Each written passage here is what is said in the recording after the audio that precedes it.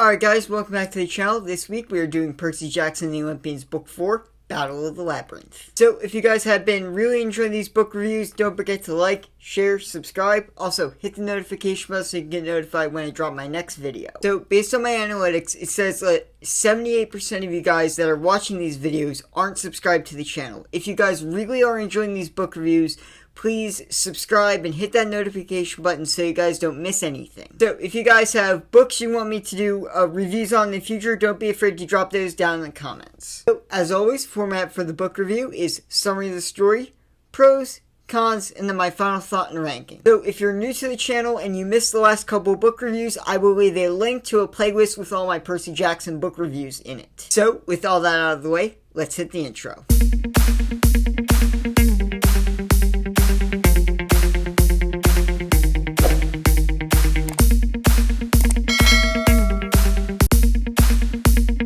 So this book actually takes place the same summer as Titans Curse. Percy has actually gotten into good high school, everything's going well at orientation, when, of course, he has a monster by a bunch of impusi who are impersonating cheerleaders. While he's fleeing from the attack, he actually meets up with someone we've met before, Rachel Elizabeth Dare, who he met at the Hoover Dam. After the attack, Percy and Annabeth finally get back to camp, as always, safe and sound, where they quickly meet the new swordmaster for the camp, Quintis. After Percy has a quick conversation with him, Quintis clearly has stuff he wants to hide, and he also has a really cool hellhound named Mrs. O'Leary. So while Percy and Annabeth are doing this new camp activity, they actually end up finding this entrance to Daedalus's Labyrinth, which is right outside the camp. So a quest is quickly called, which is finally giving Annabeth a chance to be the leader she always wanted to be. So Annabeth finally gets her prophecy and her chance to lead the quests.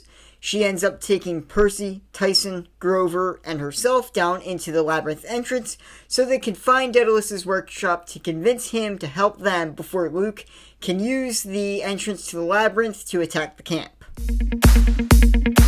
So our first pro is actually Annabeth and her development that she goes through within this book. So this development actually starts really early in the book when she is actually chosen to lead her first quest. So she is incredibly proud of herself, nervous at the same time, and we can all relate to that. We all have those one thing in our life where we really looked forward to it, but we're in the back of our minds, we're like, are we really ready for this? And I think Reardon does an exemplary job of showing that and characterizing the doubt and fear that Annabeth has, and then just how well she pushes through it because she knows she has to be the one to lead this quest. The depth of Luke and Annabeth's friendship is actually shown really well in this. Luke officially becomes possessed by Kronos in this book, but despite all the evidence to the contrary, Annabeth is super still convinced that Luke is in there somewhere, and that if she just tries hard enough, she'll be able to get Luke out of Kronos' control and be able to bring him back to their side. Testament to their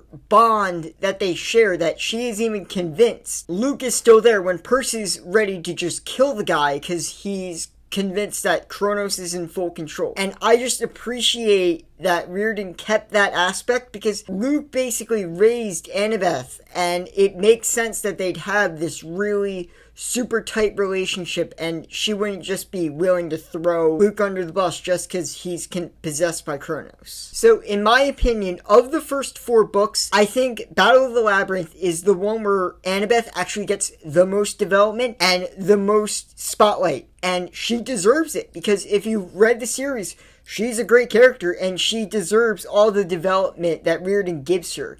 Because here since the beginning, she's done everything with Percy, and she's just an awesome character, and I really appreciate Reardon giving her the time that she deserves. So the second pro, in my opinion, is actually the new character we get to meet, Calypso. So the reason Calypso is on this list is because I love the type of character she is. She represents all the people that the Olympians have messed with over the centuries because they were just spiteful and angry. Calypso proves that they are not all-knowing, all benevolent beings.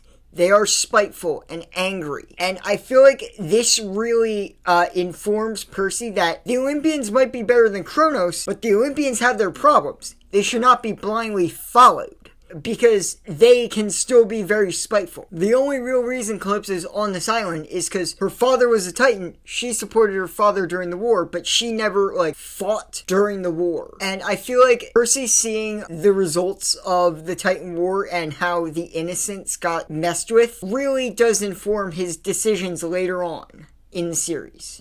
So, our third pro is actually the returning character, Rachel Elizabeth Dare, and how just fun and awesome she is to read within this book. So I really like how Rachel is used in this book, because she isn't actually in there for that long. She's only really in there for the second half. But she's really just fun to read. It's fun to read just her back and forths with Annabeth and how just uncomfortable Percy is between the two of them.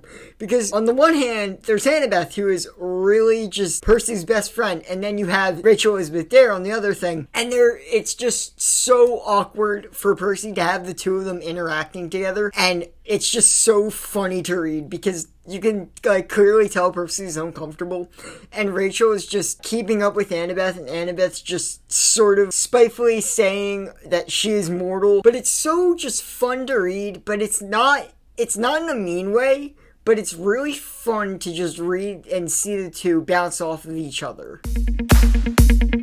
So our first con is actually the lack of use of Nico D'Angelo within this book. Unfortunately, I really do think Riordan misused and underutilized Nico super bad in this book. And the reason why is, I really like the plot line Nico has in this book. He's trying to get Bianca's soul back to bring her back. I really consider that interesting. I don't know why Riordan didn't focus on Nico.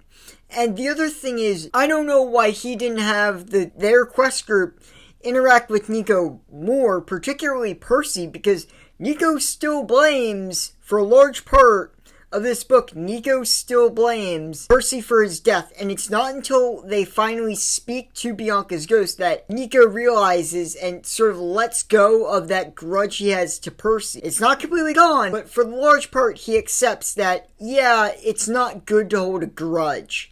And I really feel like he underutilized Nico, and Nico could have been a much bigger part of the story, and it would have been a much better book overall. So, unfortunately, we come to the final con, and this is just the biggest thing I really dislike about this book, and that is the ending battle of this book. So, there's two really major things I dislike about this main battle. The first one is just how short it is.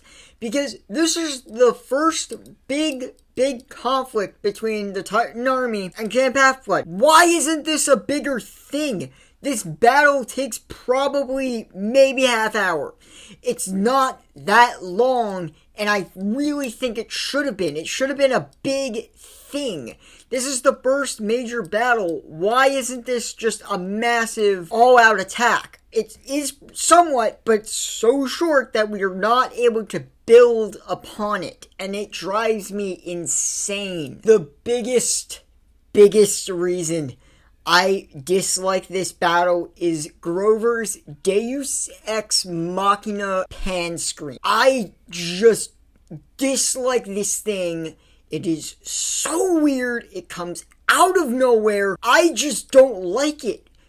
You just give him, just suddenly he has the power of Pan, he gets blessed by Pan, and he ends the battle within a half hour, or however long this battle takes. It's insane. It drives me nuts. I dislike the Deus Ex Machina ending of this battle. It rubs me the wrong way. I just feel like this is the worst of the book endings, to me.